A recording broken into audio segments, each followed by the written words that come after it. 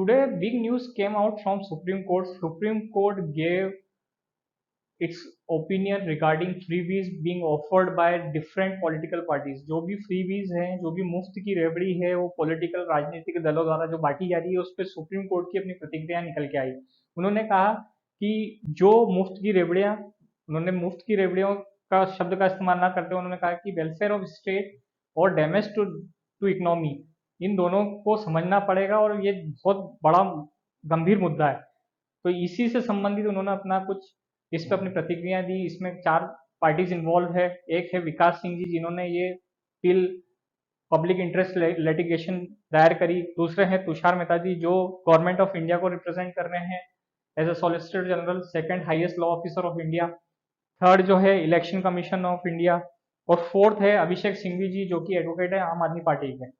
अब हम एक बार ये बात कर लेते हैं कि इसकी हिस्ट्री क्या है। ये जो फ्रीबीज है वो क्या आज की बीमारी है कि ये कब से चली आ रही है? ये शुरू हुई 1954 में सदर्न इंडिया में, दक्षिणी भारत में। फर्स्ट टाइम जब वहाँ के कुमार स्वामी कामराज जो कि चीफ मिनिस्टर थे, उन्होंने 1954 से 1963 में फ्रीबीज का ऐलान करा। उस समय उन्होंने कहा कि जो भी बच्चे आते हैं मैं उनको फ्री एजुकेशन दूंगा और फ्री मील दूंगा।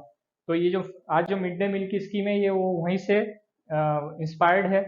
उसके बाद जब डीएमके के जो फाउंडर थे, उन्होंने ऑफर करा 1967 के राउंड वर्ड में कि 4.5 किलो जो धान है, 4.5 किलो जो चावल है, वो मात्र 1 रुपए में प्रोवाइड करवाए जाएंगे यदि वो इलेक्शन जीतते हैं। उसके बाद फिर वही यही सिलसिला चलता रहा। 2006 में उसी पार्टी ने, डीएमके पार्टी ने ऑफर करा कि हम यदि सत्ता में जीत के आते हैं तो सबको कलर टीवी बांटे जाएंगे हर घर को।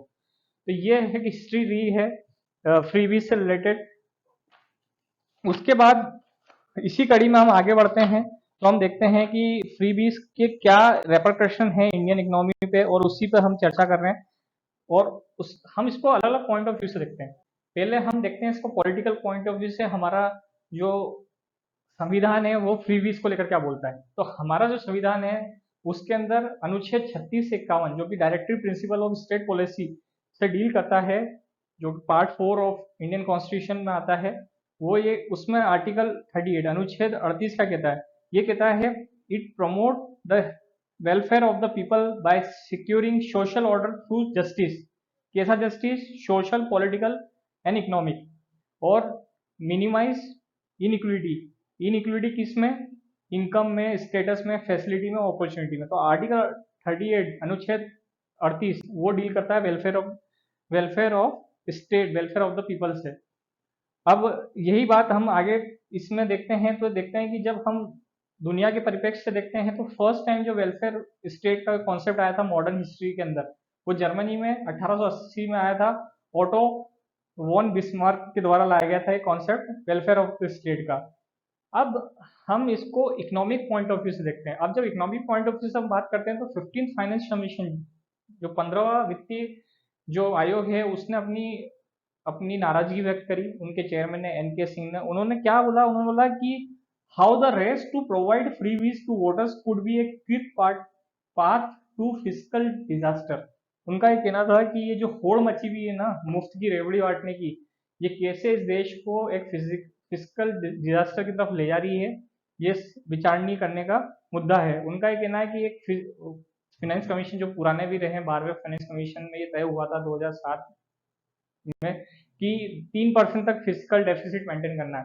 राइट नाउ इस साल इंडिया का जो फिजिकल डेफिसिट है वो 6.4 राउंड वोट होवर कर रहा है, चल रहा है। ये ऐसा माना जा रहा है कि इस साल के अंत तक होते होते 6.4% उसकी दर रहने वाली है फिजिकल डेफिसिट की। अब यदि हम स्टेट की बात करते हैं तो पंजाब में इस साल का ये माना जा रहा है कि फ्री बीज का जो बजट है वो 20,000 करोड़ का है। यदि 5 साल गवर्नमेंट वहां देती है तो 1 लाख करोड़ का फ्री बीज पे खर्चा करेगी वहां की गवर्नमेंट। अब वर्ल्ड की बात करते हैं तो वर्ल्ड में जो राजपक्षे गवर्नमेंट 2019 में आई थी सत्ता में, उन्होंने कहा कि हम यदि सत्ता में आते हैं तो हम टैक्स रेट घटा देंगे, और उन्होंने इलेक्शन जीतने के बाद अपने वादों को निभाया। और आज जो हुआ वो हमारे सामने है। टैक्स रेट वहां घटा दी गई, इनकम हुई नहीं, एक्सपेंडिचर वही के वही बने रहे, तो दिवालिया घोषित हो गया श्रीलंका। अब जब इस पे एक डेट टू जीडीपी रेशो, जो कि बहुत इंपॉर्टेंट है, वर्ल्ड बैंक की गाइडलाइन है कि आपकी उधारी कितनी है बाहर और आपका जीडीपी कितना है, आपका सकल उत्पादन कितना है और आपकी उधारी कितनी है। तो वर्ल्ड बैंक का ये कहना है कि जो भी डेवलपिंग इकोनॉमी है उनको आइडियल रेशो जो है वो 20% है फॉर डेवलपिंग इकोनॉमी, और यदि वो 60% को 60% को क्रॉस करते हैं तो वो अलार्मिंग है।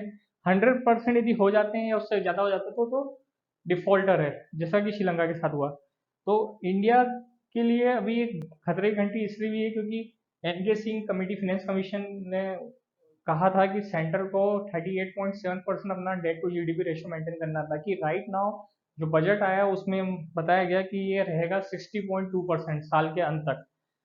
उसके अलावा नोबेल प्राइज विनर जो डॉक्टर अभिजीत बनर्जी है, उन्होंने अपनी पुअर इकोनॉमिक्स किताब में बताया था कि दो किसानों के बारे में बात करी थी कि एक किसान को आप मूलभूत सुविधाएं देते हैं जैसे जमीन, अच्छे बीज और कुछ और मूलभूत सुविधाएं देते हैं, और दूसरे किसान को आप डायरेक्ट फूड दे देते हैं। तो एक को तो आप सेल्फ इंडिपेंडेंट बना रहे हैं, उसको इंडिपेंडेंट की तरफ आप धकेल रहे हैं, और दूसरे को जो कि जिसको आपने फूड प्रोवाइड करा है वो जिंदगी भर डिपेंडेंट रहेगा आप पे, आपकी इकोनॉमी पे। तो ये, जैसा कि मैंने अभी बताया कि एनके सिंह जो चेयरमैन है फाइनेंस कमीशन के, 15 फाइनेंस कमीशन के, उन्होंने ये कहा था कि सेंटर को 38.7% अपना डेट टू जीडीपी रेशो रखना है, वहीं स्टेट को उन्होंने कहा था जो इंडियन स्टेट्स हैं उनको 20% मेंटेन करना है।